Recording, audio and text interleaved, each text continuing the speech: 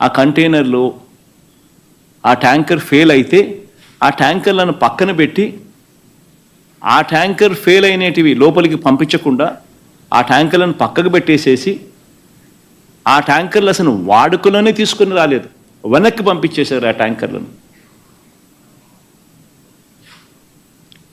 ఒకసారి ఆ 3 టెస్టులు ఫెయిల్ అయిన ఆ ట్యాంకర్లను మరొకసారి రీకన్ఫర్మేషన్ కోసం, రీటెస్టింగ్ కోసం మళ్ళీ ఎన్డీడీబీకి కూడా పంపించడం జరిగింది ఆ శాంపుల్. ఆ శాంపుల్ మళ్ళీ జూలై 23వ తారీఖున రిపోర్ట్ వచ్చింది.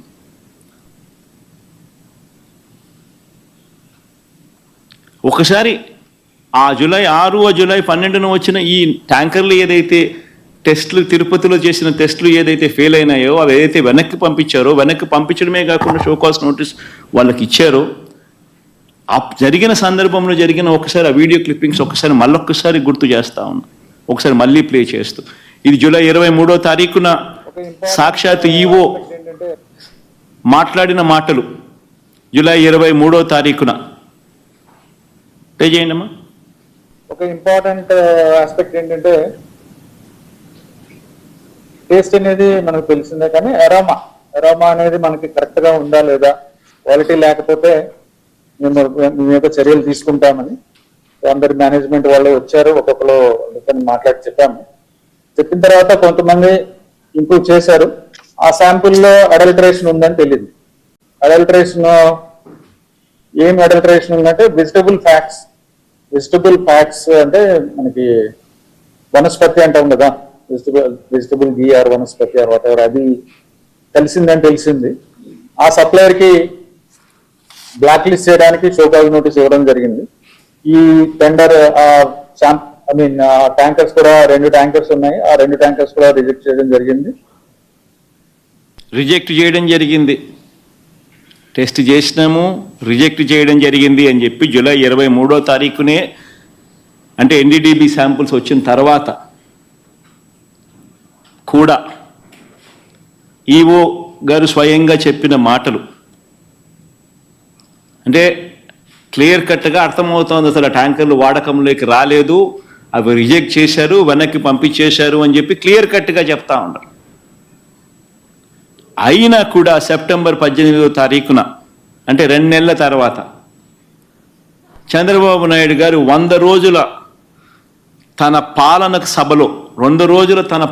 సభలో తన పాలన అన్ని విధాల ఫెయిల్ అయిపోయి ఉన్న పరిస్థితుల నేపథ్యంలో ప్రజలు సూపర్ 6, సూపర్ 7 పరిస్థితి ఏమిటి, ఎన్నికలప్పుడు ఇచ్చిన హామీల గురించి ఏమయ్యాయి మా హామీలు అని చెప్పి ప్రజలు చంద్రబాబు నాయుడు గారిని 100 రోజుల తన పాలన మీద నిలదీస్తా ఉన్న నేపథ్యంలో, అన్ని రకాలుగా ఫెయిల్ అయిన నేపథ్యంలో చంద్రబాబు నాయుడు గారు టాపిక్ డైవర్ట్ చేసేందుకు జూలై 23వ తారీఖున ఈ రిపోర్ట్ వస్తే, అది కాన్ఫిడెన్షియల్ రిపోర్ట్ అని చెప్పి వాళ్ళు చెప్పి మరీ రిపోర్ట్ ఇస్తే, ఆ రిపోర్టును చంద్రబాబు నాయుడు గారు సెప్టెంబర్ 18వ తారీఖున తాను 100 రోజుల తన పాలన మీద తాను మాట్లాడుతూ, ఆ 100 రోజుల పాలన మీద తాను జరిపిన ఆ సభలో తాను మాట్లాడిన మాటలు ఒకసారి వినండి.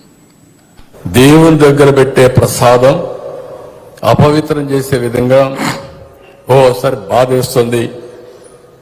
నాసి రకమైన ఇంగ్రీడియంట్సే కాకుండా ఎనిమల్ ఫ్యాట్ కూడా వాడారని, ఏది గీకు బదులు.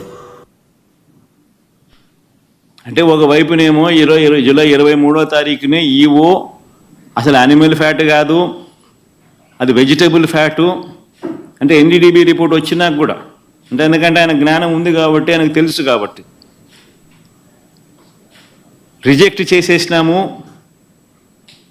అని ఒకవైపున ఆయన చెప్తా ఉంటే, చంద్రబాబు నాయుడు గారు అన్నీ తెలిసి ఉండి 2 నెలల తర్వాత సెప్టెంబర్ 18వ తారీఖున ఆయన అడల్టరేటెడ్ గీ వచ్చింది, నాసిరకము యానిమల్ ఫ్యాట్ గీని వాడి లడ్డూలు తయారు చేసేశారు అని ఏకంగా దేవుడిని, ప్రతిష్టను, శ్రీవారి లడ్డూను, విశిష్టతను అపవిత్రం చేస్తూ చంద్రబాబు నాయుడు గారు తెలిసి రాజకీయ ఉద్దేశాలతో అబద్ధాలు ఆడిన వీడియో టేపు 18వ తారీఖున సెప్టెంబర్ 18వ తారీఖున చంద్రబాబు నాయుడు గారు ఈ మాటలు మాట్లాడితే మళ్ళీ సెప్టెంబర్ 20వ తారీఖున టీటీడీ ఈఓ గారు అంటే ఐఏఎస్ ఆఫీసర్ గారు చంద్రబాబు నాయుడు గారు స్వయంగా నియమించుకున్న టీటీడీ ఈఓ గారు మళ్ళీ ఇదే విషయం మీద మళ్ళీ చంద్రబాబు నాయుడు గారిని కరెక్ట్ చేస్తూ మళ్ళీ టీటీడీ ఈఓ గారు మళ్ళీ అన్న మాటలు ఒకసారి ప్లే చేస్తాం, ఒకసారి చూడండి ఒకసారి. No. The adultery 4 tankers have been kept aside, and then they were kept aside so that they can be used when the reports come clear.